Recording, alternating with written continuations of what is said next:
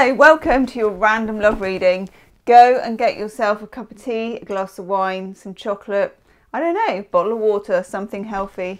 I've got my periodic table mug and I'm actually being good. I'm drinking lemon and ginger tea with honey in. I have my hot water bottle, here it is, very nice. And I have my deck of tarot cards. Okay, I'm focusing. We've got a new moon solar eclipse in Taurus on the 30th of April. We've got a full moon lunar eclipse in Scorpio on the 16th of May, she says. And the tower coming out in the shuffle. Bum, bum, bum. So I'm concentrating on singles, couples, any messages that comes out, but it's going to be big because we've got two eclipses, okay? Two eclipses to cover. And whatever else feels like rearing its beautiful head. Okay, sun and the tower in reverse. Woohoo! Okay, this is for any sign, anyone who's passing by. You are welcome. Oh my God, tower and the chariot. I know we're only just shuffling, and already the spiritual big jobs are coming out. Let's see. I will do an extended reading for those of you this resonates with at the end of the reading. That will be the first link in the description box. The Tower and the Hermit. This is almost a reading in itself, okay? It's mad. So I think we can say the Tower is a part of the reading.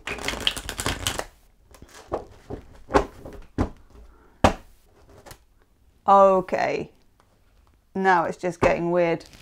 Tower and the Ace of Swords in reverse. I'm going to start getting the cards out.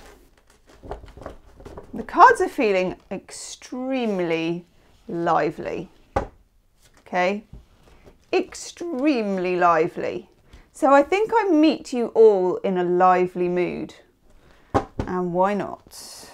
Okay, got three cards out. What do we need to know? Yeah, okay. What do we need to know? All signs, everybody welcome. All states of mind, all states of relationship, situationship, or any other ship that's going down. Okay, what do we need to know? Okay, the cards are finally ready. I was wondering when that was going to happen. Nice. Okay.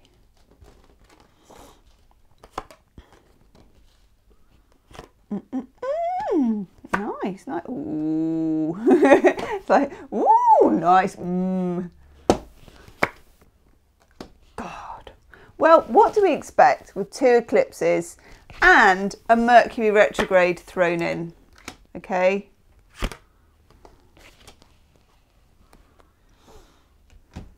Righto.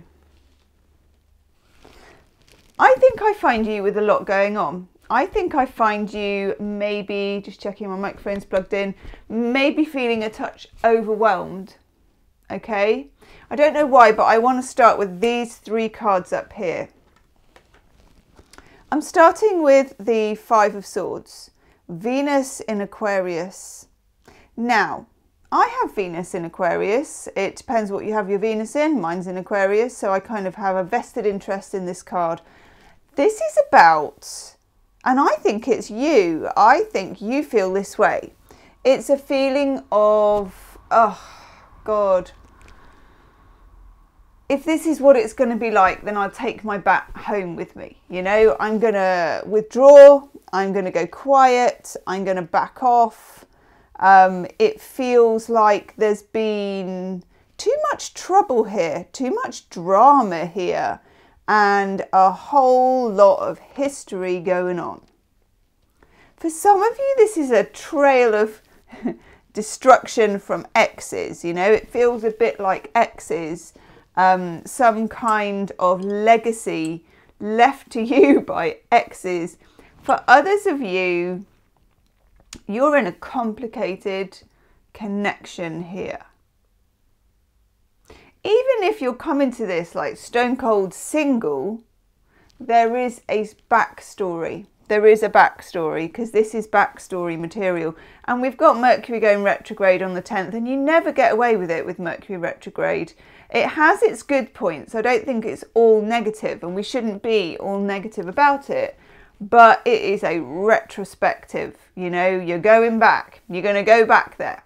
So if you thought that you had complete closure from somebody and that you were all completely over it and that you tied off the loose ends, cut the cords, swing, maybe not so.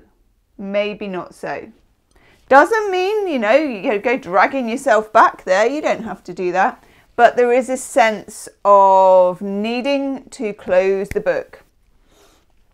For some of you, though, this is a live wire. This is a situation where you're in a relationship with somebody and there's still love, but there is a question of whether to walk away or whether to stay. Next to this 5, you see, when you get the 5, the two of you, this is like, you know, I'm not going to answer their text. They're not going to answer mine. We're a bit funny with each other. We're not speaking. We are speaking. We're not really saying how we feel. We're keeping it under wraps, you know, that kind of feeling.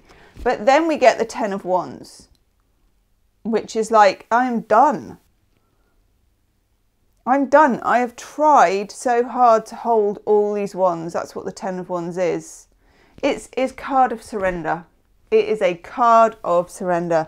Now for me, I take this as a sweet surrender. It's a good card to get. 9 of Wands is like banking up the sticks. 10 of Wands, you're just like, it's too much for me to carry.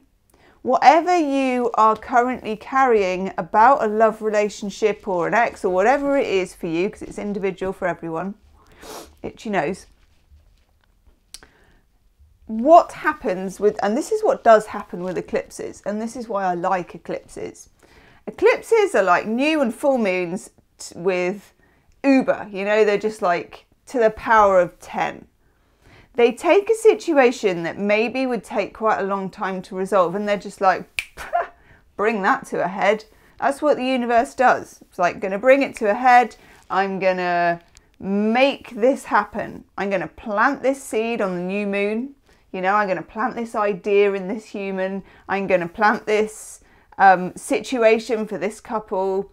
Or in the kind of, that's in the new moon. In the full moon, it's, well... They thought they'd swept that under the carpet. Gonna get that out for an airing. How do you like them apples? You know, it's just what the universe is like. It's always better, and I would say looking at this, it would be better to work with the energy because it has got the energy of something burgeoning, something growing, wanting to pop. Okay, middle of your reading, 8 of Cups. And I take that as my eclipse sign in the background. Always have done, don't know why. Don't know if it's meant that way. It's just as a reader over the years, the way I've taken it. That's my eclipse sign. Now, when you've got an 8 as well, very much the momentum is on movement. 8s in tarot are all about movement or restricted movement in the 8 of Swords. 8 of Cups is movement of emotion. Movement of a person towards or away from emotion. It is like an emotional exit card. There is a distance being placed. The person is always leaving. They're kind of leaving the scene, okay? You are wanting to separate yourself from something that hurt you. And it's making my nose run, okay? Something that hurt you. You want to separate, you want to... I'm getting the image of you with a big, fat, lovely pink chalk. And remember how we used to draw? Oh, I mean, I'm old, maybe you're not. We used to draw on the pavements as kids, with chalks and stuff like that. And you're just chalking a line. This is a month that will surely, whether you're single, coupled, complicated, breaking up, making up, whatever it is, will surely see you find your line. Okay, you will find your line, you will find your boundary. Maybe not just in love either, but that's another story, but it will be in all aspects of life, okay? People who have never managed to find the line or even find the chalk and draw the line, okay? And I like it. And that, you know, when we were doing the shuffle, we got the Tower every single time in the shuffle. Now it doesn't come. Now it doesn't show up. What do we think of that, okay? I feel, and I'm going to show you the cards as well, I feel like, God, sideways, honestly. Whichever way I do this, my camera moves. I have to make them sideways to make them look straight. These ones on the edge are the overall energy cards. We're going to look at those in a minute. Okay, that's not too bad. I'll show you this one in a sec, okay? We could zoom down a little bit more than that so we don't have to just look at all my wires and everything. Why not? That's good. Over here it's the Ace of Pentacles. We'll talk about that in a minute too. Let's just put it over there. Okay. On the edge here, these are your energy cards. So let's look. I'm going to go weirdly. I'm not going to do them next to each other. So I'm looking here and here. You're flanked by two energy cards making the table wobble. We've got the Devil and the Moon. Okay. Now that is a full moon if I ever saw one. Absolutely gorgeous. This is probably, actually, apart from the Lightseer's Tarot, which has a great moon card, I love this moon card. Look how gorgeously big that moon is. It almost feels like it's just full of kind of golden liquid. It's like full of water, like a water balloon. Something is definitely brewing, okay? There is a feeling of stuck energy moving, okay? This card represents, you see this sort of blue bottle that's stuck in the middle of this inverted pentagram here. For me, it represents, and this happens as well, this happens to me, it's making my nose absolutely nuts. This happens to me when, if I've got bad energy in my life and I'm sort of, you know, when you're not clearing the energy when you should be, and you sort of know that you should be, and that's when the Tower starts doing that thing where it half shows up and half doesn't and just says, da-da, and then, ha, I'm hiding, and da-da, kind of red flagging itself to you. What I find is a single blue bottle will come in through the window somehow or other and will stick around in a room that I'm in. It's always a sign. If there is a toxic person in my life, if there's a toxic situation that I am not clearing, that blue bottle will appear and it will be a nightmare to get rid of. A nightmare. And I know they are anyway, but it will just turn up again and again until I clear the energy. That's what I'm getting for you here. So if you are in a complicated situation with someone and there's a whole lot of unspoken stuff, which there is for some of you, that needs to come out and will. Now, when you have Mercury retrograde as well and two eclipses and a T-square as well around the time of the Scorpio eclipse at the mid-month, there's a lot of angles, there's a lot of corners, there's a lot of, what can I say? How can I put it? It's just a lot of that. There's a lot of hardcore energy wanting to find its release. A friend of mine who's a shaman always describes this as like smoke under the door. It wants to escape the house. Think of it as a beast that wants to escape the house. This is your demons. It's your fears. It's your insecurities. It's the difficulties. It's the toxic stuff.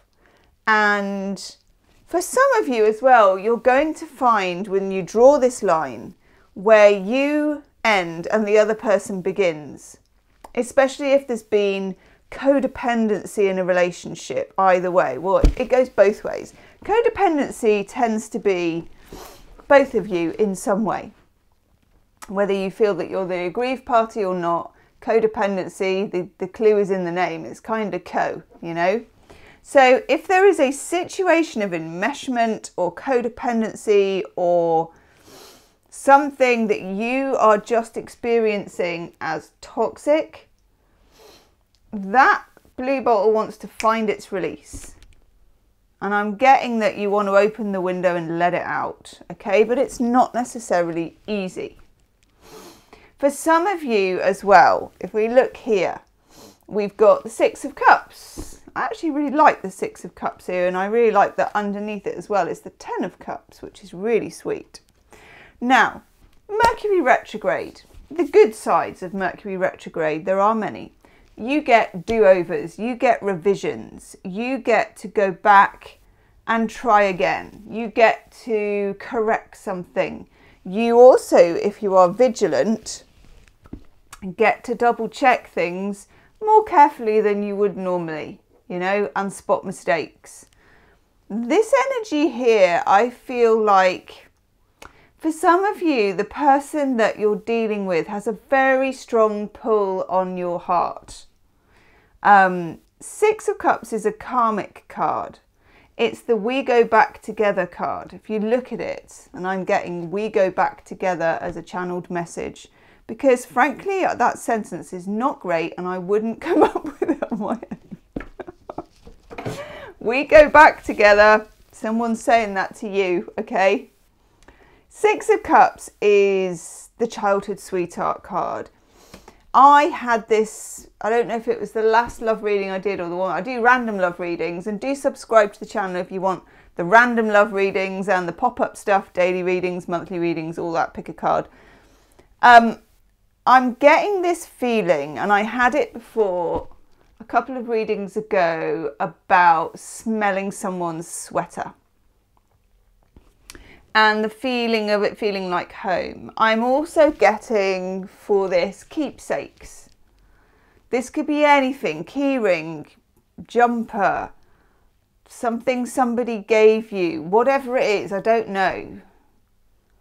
Some of you I get like watch strap or something like that, tattoo, leather strap necklace, something silver. I'm getting tons and tons and tons of messages. Could start a shop with this stuff. Six of Cups is this kind of laced with karma card. This situation, whichever way you look at it and whatever your situation is, it's laced through the past, okay? And Mercury retrograde helps you to unravel it. That's what it does. Normally, if you tried to take this kind of energy on when the universe was more normal, if that's ever going to happen again, you would find this really complicated. You'd have no access to it. It would be weird. It wouldn't make sense. With Mercury retrograde and the eclipses and all the astrology that's going on, it makes this seem normal. It's going to make what's weird seem normal. And it's going to make what's trapped become free. We go back together. It's like putting pieces back together. I'm getting a jigsaw, someone putting pieces back together. It's a mess. For some of you, this is a mess. Not gonna, you know, not gonna glitter the turd on that one. This is a mess. It's a right royal mess. It's this blah, blah. There's confusion. There's like moonology confusion, which is where, oh God, I mean, I get this, honestly, and I forget that it's a full moon or something, and then I'm like, why am I having this weirdest night ever where I hardly sleep and I'm kind of sweating and having about 8 million dreams on top of each other? That's what that is. But there's some link between you and this person, and speaking and confusion. By the way, there is the most beautiful blackbird singing the most gorgeous blackbird songs of love. I think it's like a mating song. So just letting you know that's in the background. You might actually hear it because sometimes it comes right here and it's really loud. Okay. It's doing it now. Then we have the Ace of Swords. Thanks, Blackbird. Absolutely the most beautiful little bird. Can you hear it? Let me know in the comments section. It's so sweet. When you see this, okay, this is the Ace of Swords, and it's just piercing the crown chakra. This is clarity, right? You're going to get clarity, but you're going to get clarity in peaks and troughs. So the clarity that you get when Mercury's retrograde is like the clarity you get when you're on holiday. Okay, you know when you go on holiday and you get away from the hustle and the bustle and all of the mental clutter in your life, and you just like read magazines or books or lie on the sun lounger or go hiking or whatever you do when you're on holiday. And you get these moments of clarity and you're like, woof, when I get home, I'm going to implement that. And then you get home, and the minute you get off the train or get out of the car or get off the plane, it's like that has all just been a pocket of something else and you're back in the old routine, okay? You're going to vacillate between those things. So let's say you have a conversation with your significant other, in whichever way you do that normally, whether it's text, phone, face-to-face, whatever. You're going to definitely hit some peaks where you find out things that you didn't know before, and you may be able to express things to this person that you didn't know before. And this could even be with an ex, and it can be even with an ex you never speak to again. For some of you, if you need that, you could be writing a letter that you don't send and doing this and journaling it, okay? And it can really set the universe straight. In fact, I'm getting this too, because this is such a pocket of weird energy. This is a fantastic time for manifesting what you do want. And I don't just mean that in terms of, I mean, obviously it's going to be good for that if you want to do that. If you want to manifest a specific person, this is a great time to do it, okay? But it's a very powerful time. So you want that energy to be clear and you want that energy to be good. If you want to rewrite the history of an ex, okay, and you don't want it to feel as bad as it does, but you actually don't want them back, you can rewrite that history how you wanted it to be, so that you get your good ending. And you can create that in the 5D by journaling it, by daydreaming it, by planting a seed to dream it. All of these things, loads of different methods, okay? Let me know in the comments section if you want me to like do a video and go through any of those methods, because I've got quite good knowledge of loads of different methods for this. So you can do revisions of things. You can revise what happened and change it. You can go back so that your juju and your energy can release and go forward and be good, and you can feel good and you can move onwards. And I like that. You can also do this if you want a situation to improve communication-wise with somebody. And this is a case as well where sometimes the more energy you put into behind the scenes, the less you actually will have to speak about this, because some of you find it hard to talk to this person. In the 3D, there are different reasons for this.